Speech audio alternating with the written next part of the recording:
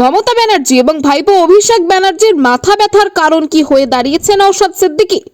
কারণ বিজেপি জিতে আছে, তাদের কিছু বলছে না। আইএসএফ ভাঙড়ে একটি সিটে জিতে আছে, সেটাই হারাতে হবে। আরও বিশেষ কারণ আছে।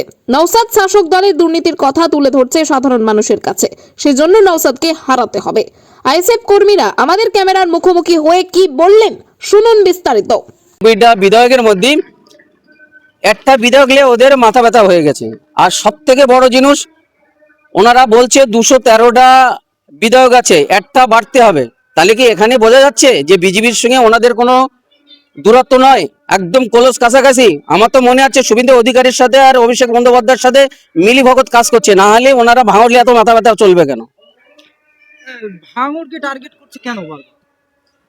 ভাঙড়ের বিধায়ক গোটা রাজ্যের বিধায়কের মানুষের যে অপশাসন, মোটি কর্মকাণ্ড, এগুলো সাধারণ মানুষের কাছে তুলে ধরছে, সাধারণ মানুষকে সজাগ করছে, সাধারণ মানুষের যে প্রাপ্য সেটা আইনের মাধ্যমে বুঝে নিতে বলছে।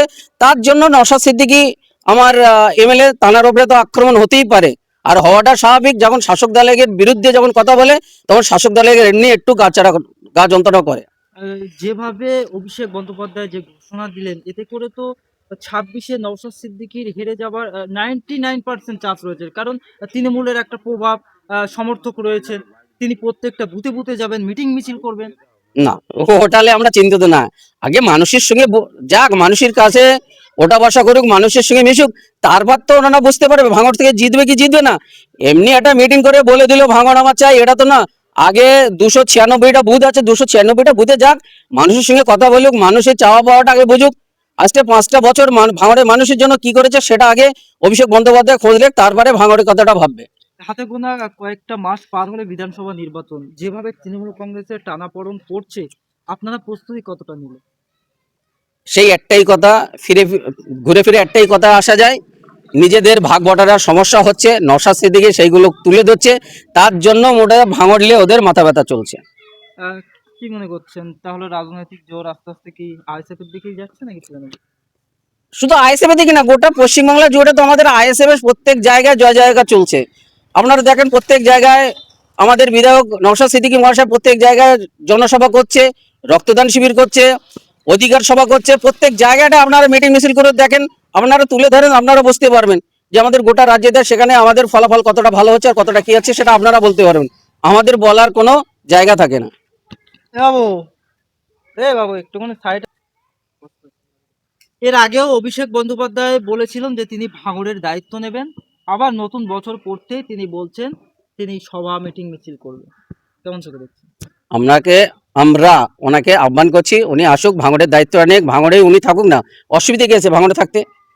কলিকাতা লাগোয়া তো ভাঙড়, তা উনি কালীঘাটে না থেকে উনি ভাঙড়ে থাকুক না, কি আছে? আমাদের কোনো অসুবিধা নেই। আমাদের দল আমরা করবো, ওনার দল উনি করবে।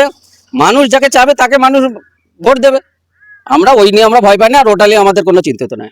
অভিষেক বন্দ্যোপাধ্যায় বলছেন যে একটা এমএলএ 26-এ কি ওই একটা এমএলএ থেকে আরো দু একটা ছিটে ফোটা এমএলএ বার হতে পারে?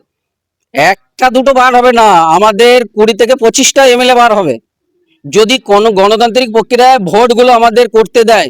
আর যদি ওই কিছু গুন্ডা মস্তান পোষা আছে তাদেরকে লিলিয়ে দিয়ে এলাকায় যদি অশান্তি বাঁধায়, তাহলে তো সেখানে সাধারণ মানুষ তার হাত পা গুটকে বসে থাকবে না, তার প্রতিরোধ সেইভাবে করবে। আপনারা যদি 20-25টা যেতেন, ওইদিকে হুমায়ুন কবির দল ঘোষণা করেছেন, তিনিও বলছেন 100 প্লাস সিট দেবেন, অধিকাংশই জিতবেন। আবার ভাঙড়ের একটি নতুন রাজনৈতিক দল হয়েছে শিক্ষা সমৃদ্ধি পার্টি, তারাও বলছে একাধিক জায়গাতে প্রার্থী দেবে। তাহলে তো 26-এ সরকার পড়ে যাওয়ার সম্ভাবনা রয়েছে। এখন অন্য দল কি করবে না করবে তাদের আইডিওলজিটা আলাদা, তাদের নিয়ে আমরা কথা বলতে আমাদের কোনো ইচ্ছা নেই। আমার দল কি করছে, আমার দল কিভাবে আগে বাড়বে, আমার দলের নিয়ে আমি চিন্তিত থাকবো, আমার দলের নিয়ে আমি আলোচনা করব। তবে শাসক দল পড়ে যাবে এটা আমাদের নিশ্চিত। আগামী দিনে শাসক দল কোথায় থাকবে নিজেদের চিন্তাভাবনা নিজেরা করতে পারে।